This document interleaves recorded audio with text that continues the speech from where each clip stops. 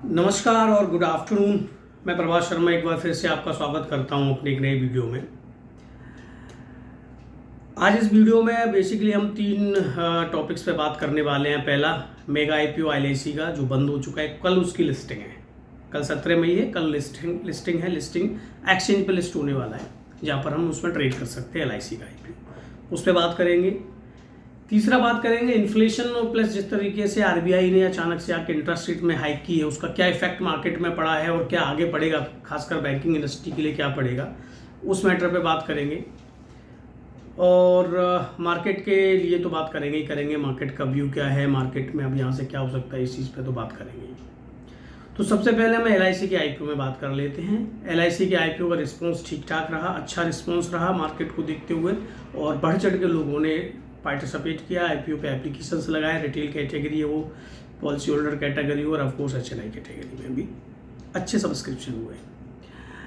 अब एलआईसी का आईपीओ जब ओपन था और ओपन होने के बाद मैंने कई तरीके की बातें सुनी और कई तरीके की मैंने लोगों से भी बात की, तो उसमें फीडबैक आ रहे थे कि कहीं ये आर पावर ना हो जाए या कोई दूसरा पेटीएम ना बन जाए, इस तरीके की बातें हो रही थी। देखिए, एलआईसी में और आर पावर में या पेटीएम में वो डिफरेंस आपको देखना पड़ेगा। आर पावर का आईपीओ जो आया था, तो वो आईपीओ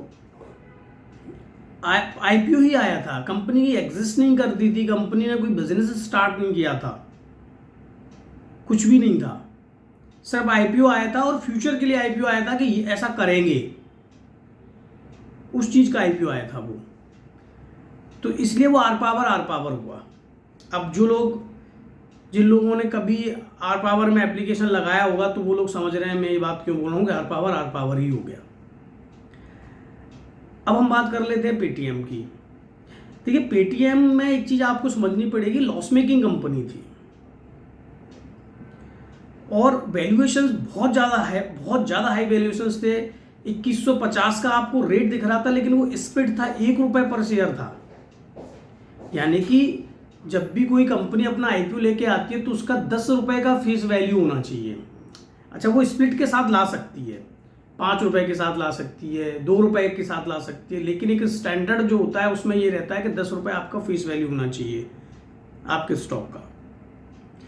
लेकिन पेटीएम ₹1 की फेस वैल्यू पे लेके आया था, यानी 2150 का जो आपको शेयर दिखाता, अगर उसको आप 10 से मल्टीप्लाई कर दे तो 21,500 का रेट हो गया। वो लॉस मेकिंग कंपनी ₹1 की फेस वैल्यू पर 2150 में आपको आईपीओ लेके दे रही है, तो वो पैसा तो कहां से देगा। वो वैल्यूएशन बहुत हाई थे, तो अभी आप देख लीजिए वो अपने एक्चुअल वैल्यूएशन पे आ गया है। और ये तो सर स्टॉक मार्केट है, यहां पर तो अगर कोई भी कंपनी एक क्वार्टर का प्रॉफिट अगर अपना ऊपर नीचे कर देना, तो उसको तो 20% टूट जाती है। यहां तो वैल्यूएशन इतना हाई दिया, उसके बाद लॉस मेकिंग कंपनी है, तो उसको एक्चुअल वैल्यूएशन पे आना ही था, और मार्केट एक्चुअल वैल्यूएशन पे लेके आ जाता है। कोई भी कंपनी हो, अगर उसकी वैल्यूएशन ठीक नहीं है तो उसको एक्चुअल वैल्यूएशन पे लेके आएगा ही। स्टॉक मार्केट ऐसे नहीं चल सकता यहाँ पे। तो इसलिए पेटीएम की हम जो स्थिति देख रहे हैं, पेटीएम में जिस तरीके का हमने मूवमेंट देखा, वो हमें इस वजह से देखने को मिला। अब एलआईसी का लोग जहाँ तक बात कर रहे हैं, तो देखो, एलआईसी जाना पहचाना लाइफ इंश्योरेंस कंपनी है, भारत की सबसे बड़ी कंपनी है लाइफ इंश्योरेंस सेक्टर की। इतना बड़ा सेटअप है, इतनी बड़ी ब्रांचेज हैं, इतने पॉलिसी होल्डर्स हैं, इतने कस्टमर हैं, इतना प्रीमियम कलेक्शन है, कितने क्लेम सेटल कर रहा है। तो वो एलआईसी का अपने का एग्जिस्टेंस है, वो एलआईसी है, वो पेटीएम नहीं है, वो लॉस मेकिंग नहीं है, और वो आर पावर भी नहीं है कि जिसका कुछ था ही नहीं। तो ये एलआईसी और जो दूसरे एग्जांपल्स जो लोग दे रहे हैं, या फिर जो लोग बार बार इस चीज को कह रहे हैं कि पता नहीं कहीं आर पावर जैसा ना हो जाए, या पता नहीं कहीं ये पेटीएम की तरह ना कर दे, तो ये इतना अंतर कर लोगे तो समझ में आ जाएगा कि वो आर पावर की तरह होगा या पेटीएम की तरह होगा, एलआईसी रहेगा। हाँ, सवाल ये है कि लिस्टिंग गेन हुआ कि नहीं हुआ, वो एक अदर चीज है, अदर थिंग। अगर किसी ने लिस्टिंग गेन के पर्पज से आईपीओ लगाया कि नहीं, मैं तो लिस्टिंग गेन पे खुले जिस दिन कल लिस्ट हो रहा है तो कल का कल ही मेरे को प्रॉफिट बना के दे दे तो ही मैं आईपीओ को अच्छा मानूंगा, तो अलग बात है। अब बात कर लेते हैं कि भाई करना क्या चाहिए। देखिए जो रिटेल इन्वेस्टर्स है जो सिर्फ आईपीओ लिस्टिंग गेन के लिए ही लगाते हैं और जिस दिन वो लिस्ट होता है उस दिन उनको बेचना ही होता है, चाहे उसमें प्रॉफिट हो चाहे लॉस हो, तो भाई उनको तो बेचना ही है, उनके लिए तो क्या कर सकते हैं। इसके अलावा अगर रख सकते हैं इन्वेस्टमेंट की तरह इसको रख सकते हैं तो कंपनी में कहीं कोई बुराई नहीं है, कहीं कोई दिक्कत ही नहीं है। और सबसे बड़ी बात है वैल्यूएशंस बहुत अच्छे हैं, 949 पर आपको दिया है, उसमें भी 60 रुपये का डिस्काउंट है पॉलिसी होल्डर्स के लिए और 45 रुपये का डिस्काउंट है रिटेलर के लिए। हाँ लिस्टिंग ऊपर नीचे थोड़ा बहुत हो सकती है बिकॉज मार्केट जिस तरीके से अभी ट्रीट कर रहा है तो उसका एक कारण हो सकता है कि लिस्टिंग थोड़ा बहुत ऊपर हो जाए, लेकिन आर पावर है पेटीएम जैसी नहीं होगी, इस चीज़ को तो आप मान के चलिएगा। कंपनी बहुत अच्छी है, साउंड कंपनी, आप भी जानते हैं LIC इंश्योरेंस सेक्टर का सबसे बड़ा प्लेयर है, तो वहाँ कोई प्रॉब्लम मुझे तो नहीं दिखती है। अब हम बात कर लेते हैं मॉनेटरी पॉलिसी पर। मॉनेटरी पॉलिसी मीन्स जो इंटरेस्ट रेट बढ़ा है, मॉनेटरी पॉलिसी तो कैसे कहूँ, मॉनेटरी पॉलिसी तो थी नहीं, वो सरप्राइज किया था RBI गवर्नर ने आगे। तो जिस तरीके से interest rate reserve repo rate reserve repo rate CRR में जो बढ़ोतरी की है, इसके क्या मायने और ये क्या करना जरूरी था। तो मायने तो देखिए इंटरेस्ट रेट बढ़ना तय था और ऐसा नहीं है कि अपने आप अचानक से आके ऐसा कोई इंटरेस्ट रेट का कर दिया है। अमेरिका पहले से बढ़ा चुका था और उस दिन भी बढ़ाया ही ना जिस दिन हमारे RBI ने बढ़ाया था इंटरेस्ट रेट। तो इंटरेस्ट रेट बढ़ना तय था। अब ये नहीं समझ आया कि इसे अचानक से आके बढ़ाने की जरूरत क्या पड़ गई, अगर पिछली पॉलिसी जो दी थी उसी में बढ़ा देते अगर बढ़ाना था तो। 40 पैसा बढ़ाया, खैर अब इस पर तो ज़्यादा बात नहीं कर सकते हैं, गवर्नर साहब हैं वो ज़्यादा बेटर समझते होंगे कि किस तरीके से क्यों बढ़ानी पड़ी, क्या उसके कारण रहे, क्या उसके रीजन रहे। तो अब बात करते हैं कि इंटरेस्ट रेट जो बढ़ा है इसके इफेक्ट मार्केट में तो आपने देख ही लिया ना, जिस तरीके का इंटरेस्ट रेट बढ़ने के बाद जिस तरीके से हमने सेलिंग प्रेशर मार्केट में देखा है तो वो इफेक्ट तो आपने देख ही लिया और वो आना था। अगर सरप्राइजिंगली इस तरीके से अचानक से इंटरेस्ट रेट बढ़ेगा तो उसका रिएक्शन तो मार्केट देगा। मार्केट कभी खुश नहीं होता सरप्राइजेज से। हाँ मार्केट को अगर पहले से पता है, जैसे अभी मान लीजिए उसी दिन ना बढ़ाते तो फेड बढ़ा ही रहा है, फेड बढ़ा दे तो अगली पॉलिसी लिख के लिए मार्केट तैयार रहता कि अब फेड ने बढ़ाया तो हमारी भी बढ़ेगी, तो शायद इस तरीके का हमें रिएक्शन देखने को नहीं मिलता। लेकिन ओवरऑल सरप्राइज किया तो मार्केट ने उसका रिएक्शन दिया। अब करें क्या, मतलब क्या मार्केट में इसके इफेक्ट है। तो इफेक्ट आप लोगों ने देख लिया, एक सेलिंग प्रेशर आया है, लेकिन आप एक चीज़ मान के चलिएगा कि ओवर लिक्विडिटी और इन्फ्लेशन का जो प्रॉब्लम मार्केट में था, ये प्रॉब्लम है। देखिए कोई भी चीज़ ओवर होना, इन्फ्लेशन भी ओवर है, लिक्विडिटी भी ओवर थी मार्केट में, तो उसको कम करने के लिए, उसको कंट्रोल करने के लिए इंटरेस्ट रेट को बढ़ाना ज़रूरी था और आगे भी बढ़ेगा। ऐसा नहीं है कि ये भी इंटरेस्ट रेट बढ़ गया तो नहीं बढ़ेगा, आगे वाली जो पॉलिसियाँ आएंगी उनमें भी बढ़ेगा। अब देखने वाली बात है कि पॉलिसी के दिन बढ़ जाएगा या फिर किसी दिन आके सरप्राइजिंग तरीके से इंटरेस्ट रेट बढ़ाना है, दैट इज डिफरेंट, लेकिन बढ़ेगा, इंटरेस्ट रेट तो बढ़ेगा। अब कितना बढ़ सकता है, 50 पैसे भी बढ़ सकता है, 75 पैसे भी बढ़ सकता है, और आप मान के चलिए कि यहाँ से कम 50 से 1 रुपया तक, 1% तक इंटरेस्ट रेट बढ़ेगा। अब वो एक साथ बढ़ेगा या धीरे धीरे करके बढ़ेगा, 0.25 फिर बढ़ाया, 0.50 फिर बढ़ाया, इस तरीके से बढ़ेगा। तो वो तो RBI जिस तरीके से अपनी मॉनेटरी पॉलिसी में अनाउंसमेंट करेंगे वो उसके ऊपर डिपेंडेंट होगा। तो अब इंटरेस्ट रेट बढ़ने से देखिए बैंकिंग सेक्टर के लिए तो शॉर्ट टर्म के लिए निगेटिव है, ये बात सही है, क्योंकि बैंकों की लिक्विडिटी का इशू आ रहा है। अच्छी लिक्विडिटी थी, बैंक ठीक ठाक कर रहे थे, लोन अच्छे चल रहे थे, तो थोड़ा बहुत उन पर ब्रेक लगेगा। इसका मतलब ये थोड़ी ना कि बंद हो जाएंगे, कोई चीज़ बंद तो होती नहीं है ना। ऐसा तो है नहीं कि लोन मार्केट ही बंद हो जाएगा, लोन बिकने बंद हो जाएंगे, ऐसा तो होता नहीं है ना। और इंटरेस्ट रेट बढ़ाया, बैंकों ने अपने लोन के रेट बढ़ा दिए, तो इसमें प्रॉब्लम क्या है। तो इंटरेस्ट रेट बढ़ने से हो सकता है कि थोड़ा बहुत लोन डिस्ट्रीब्यूशन पर इशू आए, लेकिन प्रॉफिट्स पे तो कोई इशू नहीं आना चाहिए। मुझे लगता नहीं आएगा, नहीं, क्योंकि बहुत कॉमन बात है ये। तो इंटरेस्ट रेट RBI ने बढ़ाया, बैंक अपना बढ़ा देगा, तो अल्टीमेटली कस्टमर, आजकल कोई भी कस्टमर लोन वगैरह अगर आपने भी ले रखा है, आप लेते तो कोई भी फ्लोटिंग, सभी फ्लोटिंग पे देते हैं, फिक्स पे कहाँ दे रहे हैं आजकल। तो कम हुआ इंटरेस्ट रेट, जब कम हो रहे थे तो आपके लोन की EMI कम हो गई थी, तब इंटरेस्ट रेट बढ़ गया तो आपका लोन बढ़ जाएगा, आपके लोन का रेट बढ़ जाएगा। तो इससे बैंकों के लोन डिस्ट्रीब्यूशन से जो इनकम्स आती हैं, मुझे लगता नहीं उस पर कोई इफेक्ट आने वाला है।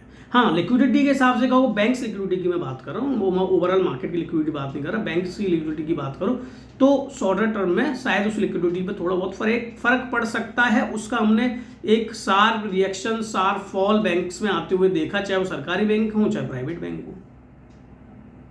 तो ये ठीक है, हो गया, मार्केट ने इसको डिस्काउंट कर लिया, मार्केट भी समझ गया कि चलो बढ़ा तो दिया ही, बढ़ा दिया, मार्केट अपने आप को इसको धीरे धीरे अपने हिसाब से एडजस्ट कर लेगा। अब दूसरी बात इसमें ये बताइएगा, जब मैं आप लोगों से पूछना भी चाहता हूँ और कहना भी चाहता हूँ कि मान लीजिएगा कि कोई पेशेंट है और कोई बीमार है, तो उसकी बीमारी का अगर आपको इलाज दिया जा रहा है तो ये शॉर्टर टर्म में हो सकता है उसको पेन क्रिएट करे, कोई इंजेक्शन लगेंगे, दवाइयाँ खा रहा है, हो सकता है कोई सर्जरी करनी पड़े, तो शॉर्टर टर्म में हो सकता है उसको पेन क्रिएट करेंगे, लेकिन लॉन्गर टर्म में तो ठीक होगा ना, क्योंकि वो आदमी उस बीमारी से निजात पा जाएगा, उस बीमारी से वो उसकी बीमारी खत्म हो जाएगी। तो लॉन्गर टर्म में तो चीज़ें ठीक है ना। लॉन्गर टर्म मतलब 4 महीने 5 महीने के बाद 6 महीने बाद जब वो रिकवर होगा, हम लोगों के सामने होगा, पेशेंटों में लगेगा कहना कि चलो ठीक है, उस समय जो कुछ भी हुआ था कोई बात नहीं, लेकिन अब तो ठीक है। सेम यहाँ समझिएगा कि अगर इकोनॉमी में इन्फ्लेशन नामक बीमारी अगर घुसी हुई थी और ओवर लिक्विडिटी, हाँ, अभी इंटरेस्ट रेट बढ़ाने से कितना इन्फ्लेशन कंट्रोल होगा ये तो वक्त बताएगा। और एकदम से इंटरेस्ट रेट ऐसा नहीं है कि अभी इस मॉनेटरी पॉलिसी में इंटरेस्ट रेट हाइक कर दी तो अगले महीने से इन्फ्लेशन कंट्रोल में आ जाएगा, ऐसा नहीं होता है, टाइम लगेगा, लेकिन ठीक है। अगर इन्फ्लेशन को कंट्रोल करने के लिए कोई कदम उठाए गए हैं और सारी बैंकें, सेंट्रल बैंक्स, पूरे विश्व की सभी सेंट्रल बैंक्स मिलके इन से सब अपने अपने देश में कदम उठा रहे हैं इन्फ्लेशन कंट्रोल करने के लिए, तो ये अच्छी चीज़ है ना। इकोनॉमी के लिए कोई भी चीज़ ओवर होना या कोई भी चीज़ बहुत कम होना दोनों नुकसानदायक होती है। इन्फ्लेशन ज़्यादा होना भी नुकसानदायक है, इन्फ्लेशन कम होना भी नुकसानदायक है, दोनों चीज़ों की प्रॉब्लम है। तो इन्फ्लेशन ज़्यादा था, तो अगर इन्फ्लेशन ज़्यादा है और लिक्विडिटी भी ओवर थी, तो उसको कंट्रोल करने के लिए अगर बैंक्स कुछ कदम उठा रहे हैं तो उसमें गलत क्या है? यानी कि आगे चल के तो अच्छा है ना। इकोनॉमी में जो प्रॉब्लम है, इन्फ्लेशन नाम की जो बीमारी लगी हुई है, इसका इलाज दे रहे हैं, तो आने वाले वक्त में तो इकोनॉमी ठीक जाएगी ना। मैं बहुत ही साधारण और मोटी मोटी भाषा में बात कर रहा हूँ, मैं बहुत टेक्निकल और उसमें घुसने की कोशिश नहीं कर रहा, बहुत साधारण, बिल्कुल समझ आ जाने वाली बात बता रहा हूँ। तो वो चीज़ अच्छी हो रही है। हाँ, रही बात मार्केट के रिएक्शन की, तो मार्केट तो रिएक्ट करेगा। अच्छा, अब चलो मैं मार्केट के रिएक्ट की बात कर लेता हूँ। मैं कई वीडियो में, कई ऑडियो में आप लोगों को ये चीज़ बोल चुका हूँ, मेरे ऑडियोज़ भी आते हैं उनमें भी मैं बोल चुका हूँ कि आपको अपने इन्वेस्टमेंट को क्वालिटी के शेयर्स की तरफ ध्यान रखना होगा, क्वालिटी के शेयर्स में इन्वेस्टमेंट को करना होगा। क्वालिटी के शेयर्स में अगर इन्वेस्टेड रहें, अब उसका एग्जाम्पल ले लीजिएगा क्वालिटी के शेयर्स का, चलो ठीक है, उठा के देख लीजिएगा जो अच्छी कंपनियां उनमें कितनी गिरावट आई है। कई महीनों से मैं ये बात बोल रहा हूँ, कई महीनों से, कि अच्छे क्वालिटी के शेयरों में इन्वेस्टेड रहें। आप कंपैरिजन कर लीजिएगा। अब इतने बड़े फॉल में अगर 10-12% अगर आपका कोई स्टॉक टूट गया है और ये मान के चलते हो कि भैया बहुत टूट गया, तो फिर बात अलग है। हो सकता है इतने बड़े फॉल में, जिस तरीके के मार्केट में फॉल हुआ है, तो ये हो सकता है कि 10-12% स्टॉक टूट सकते हैं। अब ये पैसा या प्रॉब्लम किन लोगों को हो रही है इस मार्केट के टूटने से, या दुखी कौन है, कौन चिल्लाते घूम रहा है यार ये मार्केट तो बेकार हो गया, ये मार्केट तो खराब है, ये है। क्योंकि वो पहले भी नहीं समझ रहे थे कि जहां ओवर लिक्विडिटी या फिर ओवर लिक्विडिटी मतलब जहां पर पैसा ओवर जा रहा है, या कोई कंपनी, कोई काउंटर, कोई भी स्टॉक बिगर सर पैर के चल रहे हैं जिनकी कोई वैल्यूएशन थी ही नहीं, वो वहां से डेढ़ टाइम या डेढ़ तो शायद कम ही हो गया, 2-3 टाइम हो गए थे पिछले 1-1.5 साल के अंदर, पैसा वहां से निकल रहा है। और अगर आपकी पोजीशन, आपका पोर्टफोलियो स्टॉक में है तो प्रॉब्लम तो आपको होगी फिर।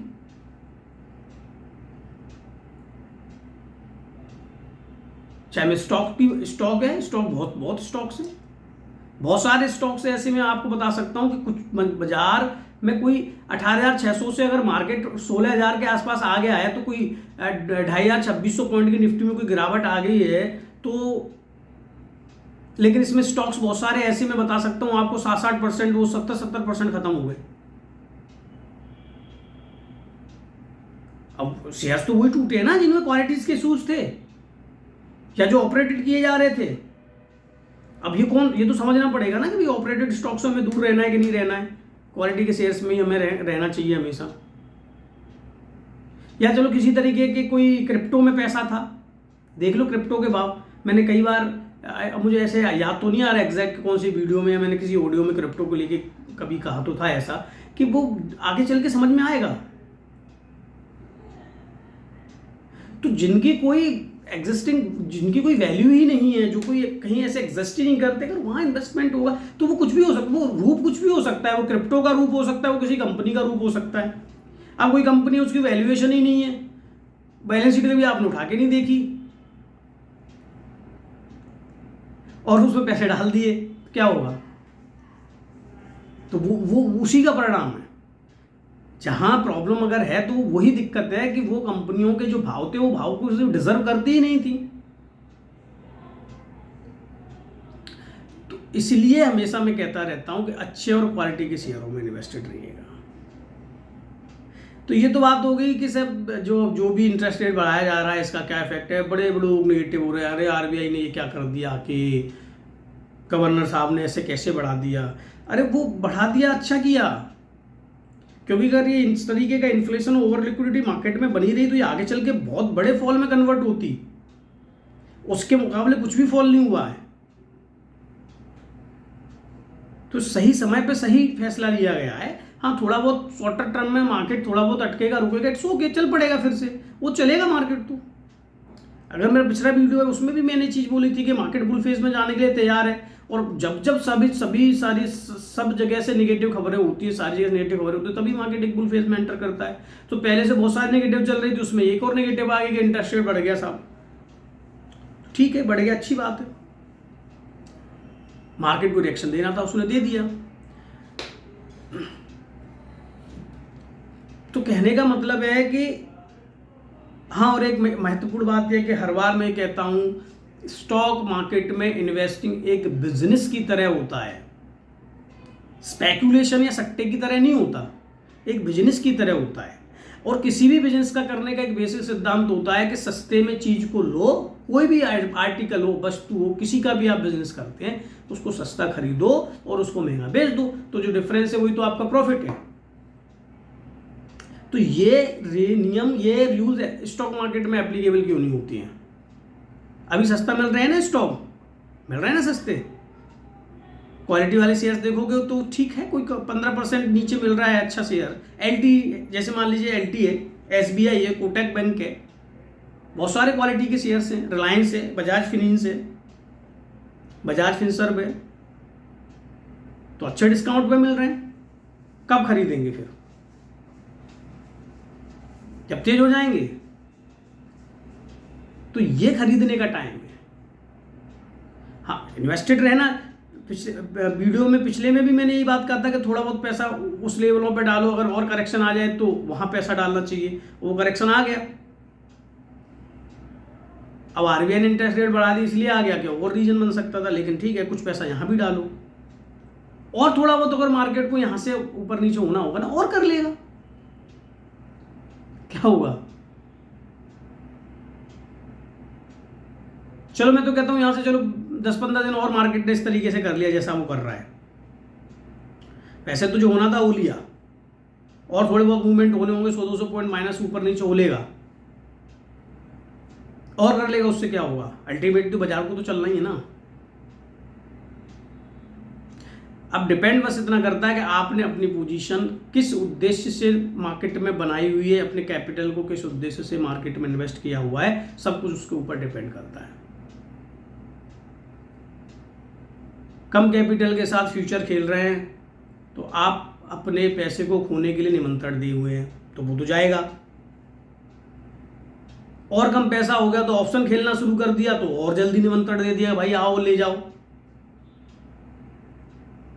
तो आपको डिसाइड करना पड़ेगा कि आप यहां पर किस उद्देश्य से प्लेटफॉर्म पे आना चाहते हैं, आए हैं, वो तो आपको डिसाइड करना पड़ेगा।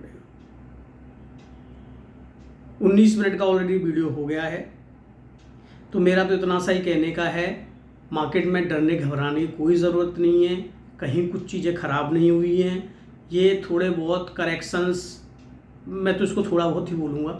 इस तरीके के मूवमेंट बाजार में पहले भी आते हैं, आते रहे हैं और आगे भी आएंगे। ऐसा थोड़ी ना है कि ये आ गया अब आगे नहीं आएगा, आगे भी आएंगे इस तरीके के करेक्शन। थोड़ा यहाँ से फिर चल पड़ेगा, फिर चलने के बाद फिर कोई चीज़ें होंगी, फिर प्रॉफिट टेकिंग करेगा मार्केट, फिर नीचे आएगा, फिर चलेगा।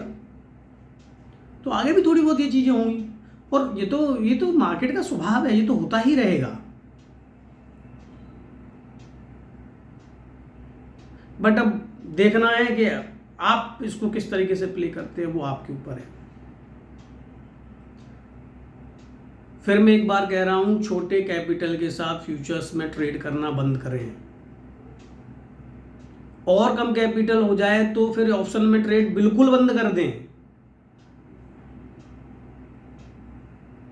अच्छे स्टॉक में, कैश मार्केट में इन्वेस्टेड रहें, अच्छे शेयर्स को लेके रखें।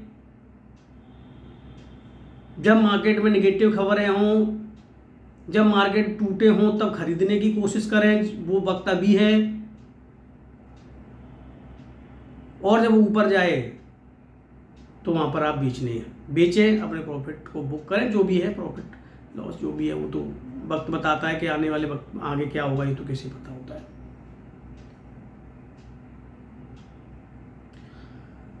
फ्यूचर्स में ट्रेड करने के लिए मैंने पहले भी कहा था, कैलकुलेशन बताई थी कि कितना पैसा होना चाहिए, तब हमें फ्यूचर्स में ट्रेड करना चाहिए। और कम पैसे में अगर ट्रेड करते हैं तो उसके रिजल्ट क्या होते हैं, कैसे होते हैं, वो मैंने बताई थी। चलिए, वीडियो ऑलरेडी 20-22 मिनट का हो चुका है, तो अभी आज के लिए इतना ही है। तो मैंने इतनी बातें आपसे डिस्कस कर ली। LIC के IPO के लिए डिस्कस कर लिया है। कल LIC के IPO की लिस्टिंग है, 17 तारीख है, कल लिस्टिंग है LIC के IPO की 17 मई को। और मार्केट प्लस इंटरेस्ट रेट पे जिस तरीके से बढ़ाया है उसके क्या इफेक्ट रहे, मैंने एक जनरल वे में बात की है, बहुत टेक्निकल नहीं गया हूँ कि मैं इकोनॉमी या और repo rate, reserve repo rate के रेशियो डिस्कस करने लग जाऊं, है ना। तो वो कोई मतलब की बात नहीं होती है, बहुत जनरल चीज़ें हैं। ठीक है, वो रेशियो है, वो फंडामेंटल और इनको एनालिसिस करने के काम की चीज़ें हैं, वो एक डिफरेंट थिंग है। लेकिन मैंने इस वीडियो में सिर्फ एक जनरल टॉक किया है, बहुत साधारण बात की है। चलिए, आज के लिए इतना ही। वीडियो देखने के लिए बहुत